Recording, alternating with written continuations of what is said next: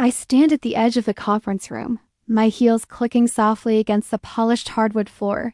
The air smells faintly of coffee and ambition, and the hum of voices fills the space. Executives, investors, and industry big shots all gathered for the annual shareholders meeting of Harper & Sons, a company that's been a local legend for decades. I'm Rachel Bennett, 38, a name most of these people wouldn't recognize. Not yet. My navy blazer fits perfectly, my hair pulled back in a sleek bun, but inside my heart is pounding not with nerves, but with something else. Anticipation. Maybe even a flicker of satisfaction. No one here knows what's about to happen.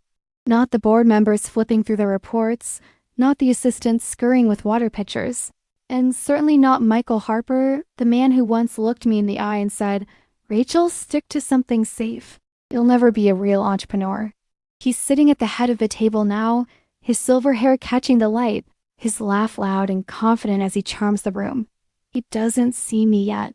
He doesn't know that in a few minutes, I'll walk through that door, not as a guest, not as an employee, but as the new owner of his family's legacy. I was 22 when he dismissed me, his words sharp enough to cut through my dreams like a blade. Back then, I was just his niece's friend, the quiet girl who showed up to family barbecues with a notebook full of ideas and a heart full of hope. I'd talk about starting my own business, maybe a tech startup or a consulting firm, and he'd laugh, pat my shoulder, and tell me to leave the big ideas to the big players. I wasn't one of them, he implied. I was too soft, too small, too ordinary. Now I'm anything but. Over the years, I built something from nothing, brick by brick, late night by late night, failure by failure. I turned my ideas into a company that's quietly reshaped the industry. And today, I'm here to finalize the acquisition of Harper & Sons, the very business Michael spent his life protecting. Not out of spite, though. Not entirely. I did it because I could. Because the girl he underestimated grew into a woman who plays the game better than he ever did. The room buzzes with small talk, but I stay in the shadows, watching. Michael's still holding court, oblivious to the shift that's coming. My phone vibrates in my pocket, a text from my lawyer confirming the paperwork is ready. I take a slow breath, smoothing my blazer. This isn't about gloating or revenge speeches. It's about standing in my truth, letting the weight of my success speak for itself. In a few moments, the board chair will call the meeting to order, and I'll step forward. He'll see me, and the world he thought he controlled will tilt on its axis. Some victories don't need words. They just need you to show up. 16 years ago, I was a different Rachel. 22, fresh out of college with a business degree, I clawed my way through on scholarships and late-night study sessions. I'd show up to my best friend Sarah's family gatherings, those loud, sprawling barbecues at her Uncle Michael's house in the suburbs. The Harper family was larger than life, their name synonymous with success in our small city.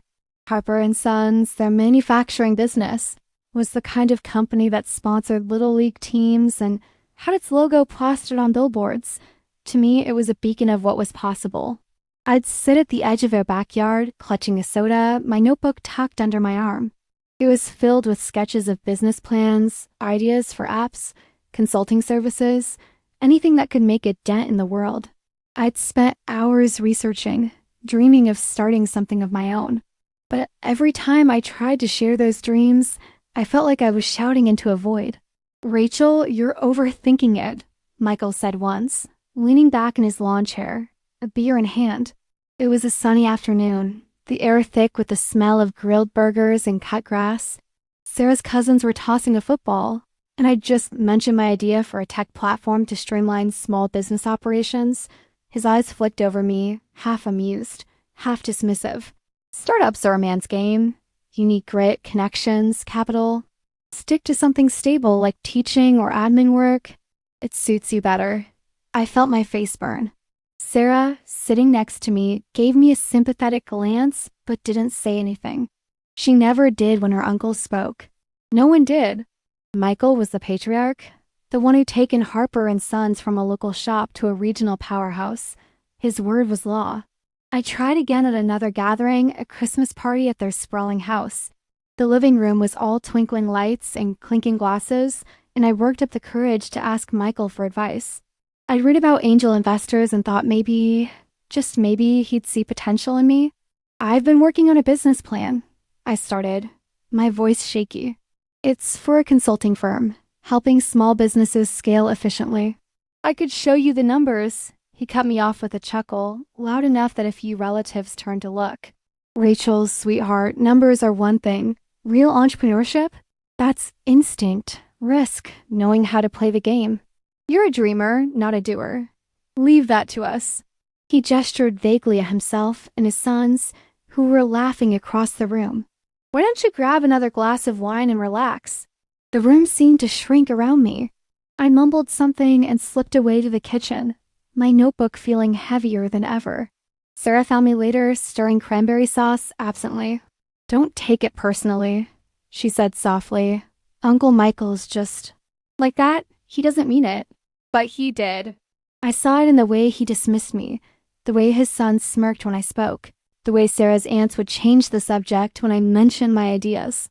To them, I was the scholarship kid, the outsider who didn't belong in their world of wealth and power. My dreams were cute, like a child's drawing something to pat on the head and forget. It wasn't just Michael. My own family wasn't much better. My mom, a single parent who worked double shifts as a nurse, would sigh when I talked about startups.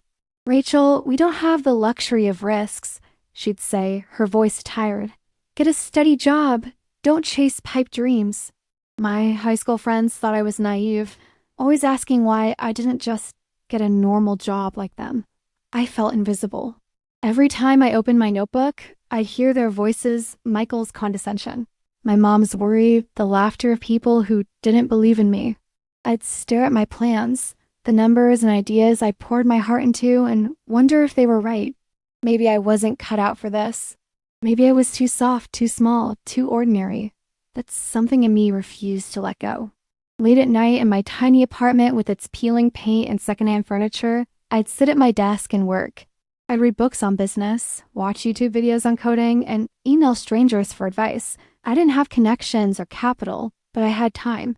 And I had a fire in my chest that no one's words could extinguish. I didn't know it then, but those rejections were planting seeds. Every dismissive laugh, every patronizing sweetheart, those late nights at my desk with a flickering lamp and a cup of cheap coffee became my sanctuary. While the world slept, I built.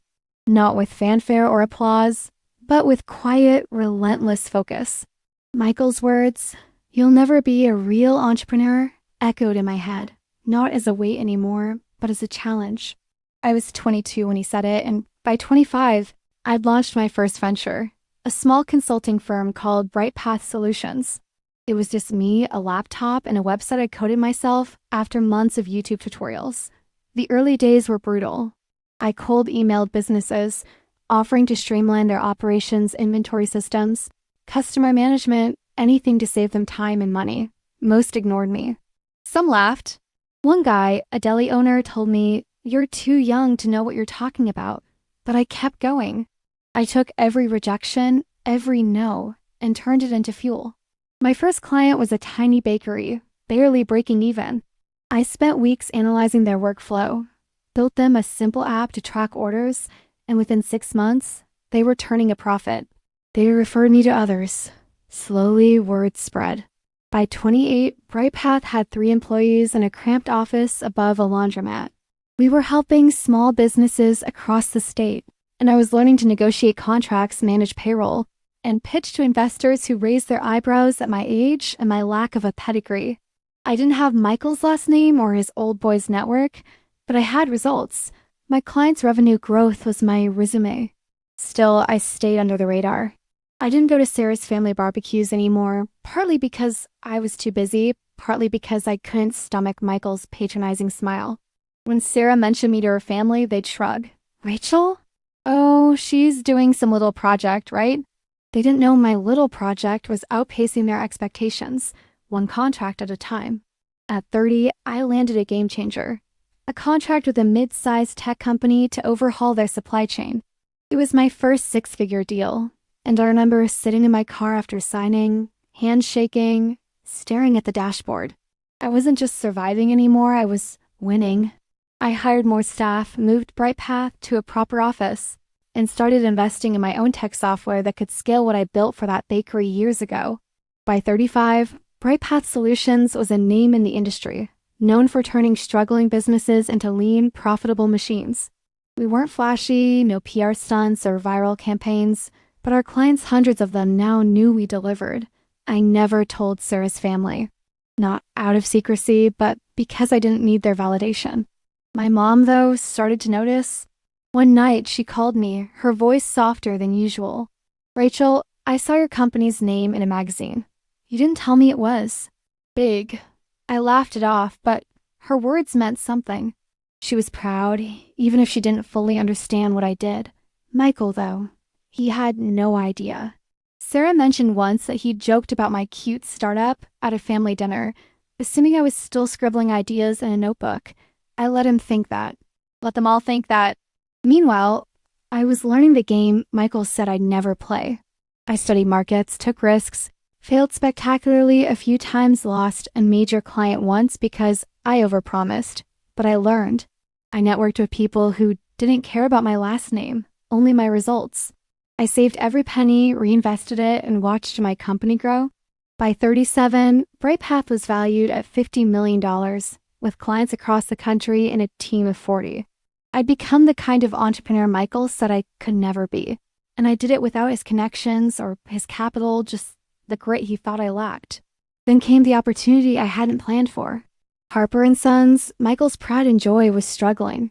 Bad investments, outdated systems, and a market that had moved on without them. They were bleeding cash, and Michael was too proud to admit it. I heard about it through an industry contact, not Sarah. My first thought wasn't revenge, it was curiosity. Could I turn it around? Could BrightPath take a legacy business and make it thrive again? I met with my team, crunched the numbers, and made a decision. We'd buy Harper & Sons, not to destroy it, but to rebuild it, to show what I could do. As the deal came together, I felt a quiet thrill. Not because I wanted to gloat, but because I'd earned this moment. The girl with the notebook was about to walk into Michael's world and change it forever. The conference room doors swing open and I step inside, my heels steady on the hardwood. The hum of conversation falters, heads turning as I walk toward the front. I'm Rachel Bennett, 38, and today I'm not the girl with the notebook. My navy blazer is crisp, my posture calm but unyielding, a leather portfolio tucked under my arm. The board chair, a gray-haired woman named Ellen, who I've worked with for months on this deal, gives me a nod. She knows what's coming. Michael doesn't. He's still at the head of the table, mid-sentence, gesturing with that familiar confidence. His eyes catch mine, and for a split second, there's a flicker of recognition, but no understanding. He thinks I'm here as a guest, maybe Sarah's +1. The room is packed with Harper & Sons top brass, investors in tailored suits, and a few curious employees. They're all waiting for the meeting to start, unaware that the ground is about to shift. Ellen stands, her voice clear and authoritative. "Ladies and gentlemen, thank you for joining us for today's shareholders meeting. Before we begin, I'd like to introduce the new majority owner of Harper & Sons, effective as of this morning's finalized acquisition. Please welcome Rachel Bennett, CEO of BrightPath Solutions." The room goes still. A pen drops onto a notepad. Someone coughs. Michael's smile freezes, his hand hovering over his coffee mug. I feel every pair of eyes on me, but I don't flinch. I step forward, offering a small, professional smile. "Thank you, Ellen," I say, my voice steady. "It's an honor to be here." Harper & Sons has a rich history, and I'm excited to lead it into its next chapter. I take my seat, nod at the head, but close enough. The board members exchange glances, some nodding, others whispering. They've seen my track record, my company's numbers. They know BrightPath's reputation for turning businesses around. But Michael? He's staring at me like he's seeing a ghost. His sons, seated nearby, shift uncomfortably, their faces a mix of confusion and disbelief. I catch Sarah's eyes across the room. She's here too, her mouth slightly open. She didn't know. I hadn't told her. Not because I didn't trust her, but because this moment wasn't about her. It was about me. Ellen continues, outlining the acquisition details. how Bright Path's resources will modernize Harper & Sons, streamline its operations, and expand its market. I nod along, adding a few points about our vision, efficiency, innovation, sustainability. The words come easily, honed by years of pitching to tougher rooms than this, but I'm not here to gloat or lecture. I don't mention Michael's words from 16 years ago. I don't need to. The fact that I'm here in this seat with his family's legacy now under my control, that says enough. Michael's face is a study in restraint. His jaw is tight, his eyes darting between me and the board. He tries to interject once, something about long-term strategy, but Ellen gently steers the conversation back. The room is mine now, not his. The investors are listening to me, asking questions about timelines and projections. I answer with data, with clarity, with the kind of confidence that comes from knowing you've earned your place. As the meeting wraps up, people approach me, handshakes, business cards, murmurs of impressive, and looking forward to working with you. Michael lingers at the table, his hands clasped tightly. He doesn't come over, not yet. But I feel his gaze, heavy with questions he doesn't know how to ask. Sarah hovers near the door, her expression caught between pride and shock. I give her a small nod and she smiles, hesitant but genuine. I don't say a word about the past. I don't need to rub it in. Standing here, leading this room, owning this moment, that's enough.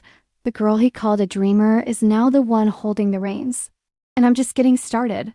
The meeting room empties slowly, the clatter of chairs and murmured goodbyes fading as people file out.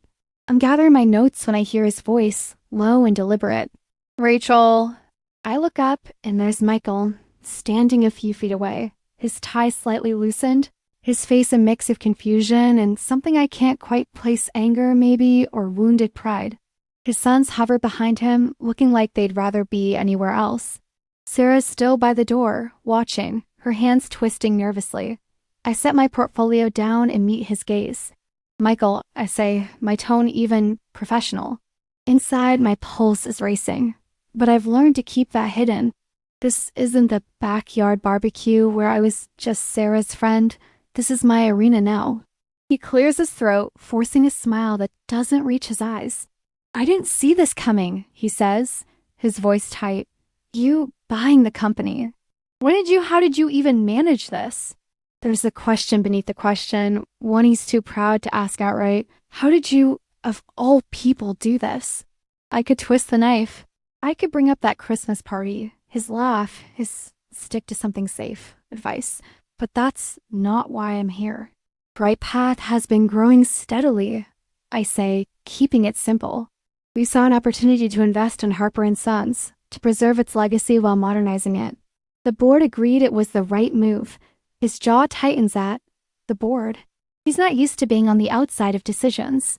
You could have warned me, he says, quieter now, almost accusatory.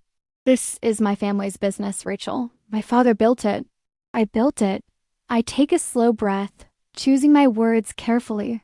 I respect what you built, Michael. That's why I'm here, not to tear it down, but to make it stronger. The market's changed. You know that? This isn't personal. It's the truth mostly. I didn't buy his company to spite him, but I'd be lying if I said his words from years ago didn't echo my mind when I signed the papers. He looks at me, searching for something weakness, maybe, or gloating. He finds neither. You've changed, he says finally, almost to himself. It's not a compliment, but it's not an insult either. It's just a fact, and I let it hang there. Sarah steps forward, breaking the tension. Rachel, I had no idea, she says. It's been 6 months since that boardroom meeting, and the air feels different now. I'm sitting on my apartment balcony, a cup of tea cooling in my hands, the city skyline stretching out under a soft autumn dusk. The acquisition of Harper & Sons is old news in the industry, but the ripples are still settling in my life. I've spent these months not just running the company, but reflecting on what me here and what it all means. Things with Sarah's family have shifted slowly, like seasons changing. Sarah called me a few weeks after the meeting, her voice hesitant but warm. I'm proud of you, Rachel, she said, and I could hear the smile in her words. I wish I'd seen it sooner. We met for coffee, and for the first time in years, we talked like we used to know walls, no unspoken judgments. She admitted her family had been blindsided, not just by the acquisition, but by their own blindness to who I'd become.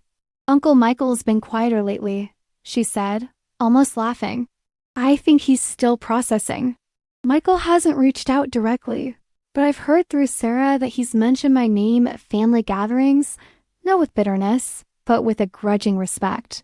Last month at a community event sponsored by Harper & Sons, he approached me.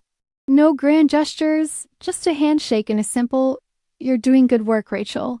His eyes didn't quite meet mine, but I didn't need them to. That moment wasn't about him apologizing or me forgiving. It was about me standing there, whole, not needing his approval anymore. His sons, James and Mark, have been more direct. James emailed me a few weeks after the meeting, asking to meet. Over lunch, he admitted they'd underestimated me. "We thought you were just Sarah's friend," he said, shaking his head. "Dad didn't know what you were capable of, neither did we." I nodded, letting him talk. I didn't need to fill the silence with explanations or justifications. They see it now, the numbers, the growth, the way Harper & Sons is thriving under Bright Path systems. That's enough. My mom's been the biggest surprise. She showed up at my office one day, unannounced, holding a dog-eared copy of that magazine article she'd mentioned years ago. "I kept this," she said, her voice thick. "I didn't understand what you were doing back then, Rachel. I was scared for you. But I'm so proud." We hugged, and for the first time, I felt like she saw me not as her little girl chasing pipe dreams, but as a woman who'd built something real. As I sit here now, watching the city lights flicker on, I think about what this journey has taught me. The victory in that boardroom wasn't about owning Michael's company or proving him wrong. It was about proving something to myself, that the girl who felt invisible could become someone undeniable. I didn't need their belief to succeed. I needed my own. Every late night, every rejection, every moment I doubted myself but kept going, that's where my strength came from. Not from their applause, not from their shock, but from the quiet fire in my chest that refused to go out. To anyone watching this, feeling small or unseen, let me say this: your worth isn't in what others think of you. It's in what you do when no one's watching.